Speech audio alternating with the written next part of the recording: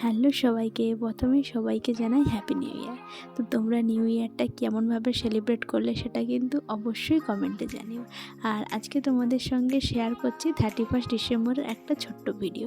তো তোমরা ভিডিওটা প্রথম থেকে শেষ পর্যন্ত দেখতে থাকো, স্কিপ না করে। আশা করি তোমাদের ভালো লাগবে।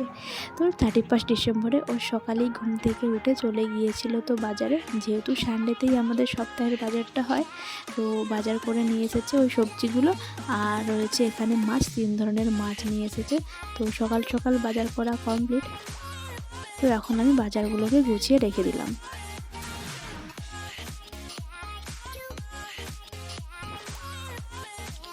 যেহেতু 31 ডিসেম্বর, তার উপর পড়েছে সানডে, তো সকালের ব্রেকফাস্টে তো একটু স্পেশাল কিছু খেতেই হবে। তো সেরকমই আজকে ব্রেকফাস্টে বানাচ্ছি লুচি আর ঘুগনি।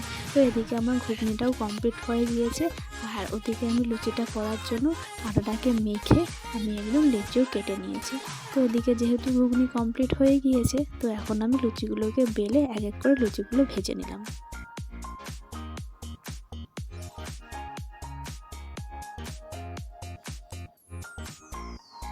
তো এক এক করে আমার সমস্ত লুচি ভাজাই কমপ্লিট হয়ে গিয়েছে। তো এখন আমি ব্রেকফাস্টের থালাটা সাজিয়ে নিলাম। তো আজকে সকালে 31 ডিসেম্বরের ব্রেকফাস্টে রয়েছে একদম বছরের শেষ দিনে লুচি, তার সঙ্গে রয়েছে ঘুগনি আর রয়েছে নরমগুলো রসগোল্লা।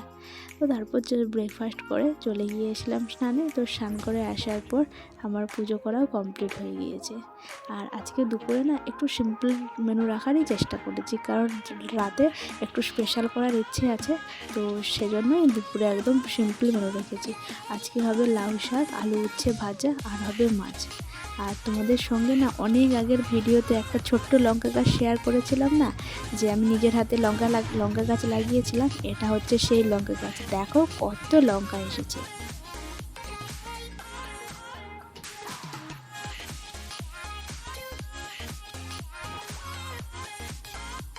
নিজের হাতে যখন কোনো জিনিস লাগানো হয়, সেই গাছে যখন ফল আসে, তার আনন্দটাই হয় আলাদা, তাই না? তো তারপর ওদিকে তো আমার রান্না বান্না কমপ্লিট হয়ে গিয়েছিল। তো এখন আমি লাঞ্চের থালাটাও সাজিয়ে নিলাম। তো আজকে লাঞ্চে রেখেছি এই যে লাউ শাক, থোড় দিয়ে করেছি লাউ শাক, আর রয়েছে আলু উচ্ছে ভাজা, আর রয়েছে মাছ। তো তারপর দুপুরে লাঞ্চ করার পর একটু রেস্ট নিয়ে এখন বাজে সন্ধ্যে 7টা, আবার চলে এলাম কিচেনে। যেহেতু তোমাদেরকে আগেই বলেছি যে রাতে একটু স্পেশাল করার ইচ্ছে আছে, তো সেজন্য আজকে রাতে বানাচ্ছি মিক্সড ফ্রায়েড রাইস, আর বানাবো চিকেন কষা।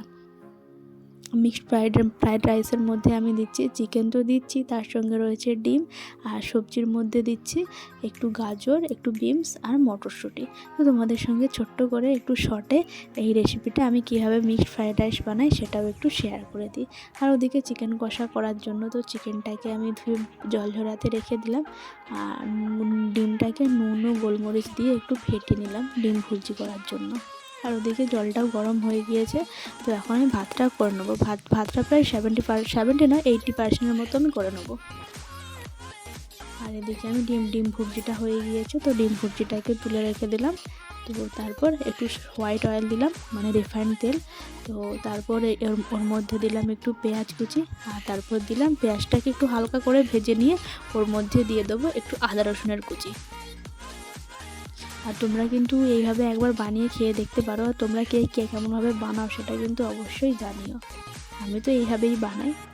তো তারপর দিলাম একটু কাঁচা লঙ্কার কুচি।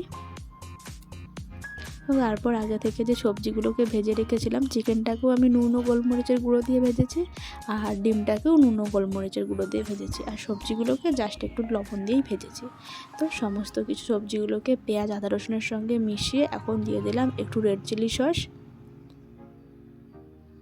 এখন দিয়ে দিলাম একটু সয়া সস, আর দেবো টমেটো সস। ব্যাস এই সসগুলোকে দিয়ে সবজি আর পেঁয়াজ আদা রসুনের সঙ্গে মিশিয়ে নিলাম। তো মেশানো কমপ্লিট। তো তারপর আগে থেকে যে রাইসটা করে রেখেছিলাম, তো এরপর এক এক করে রাইসগুলোকে ভালো করে মিশিয়ে নেবো।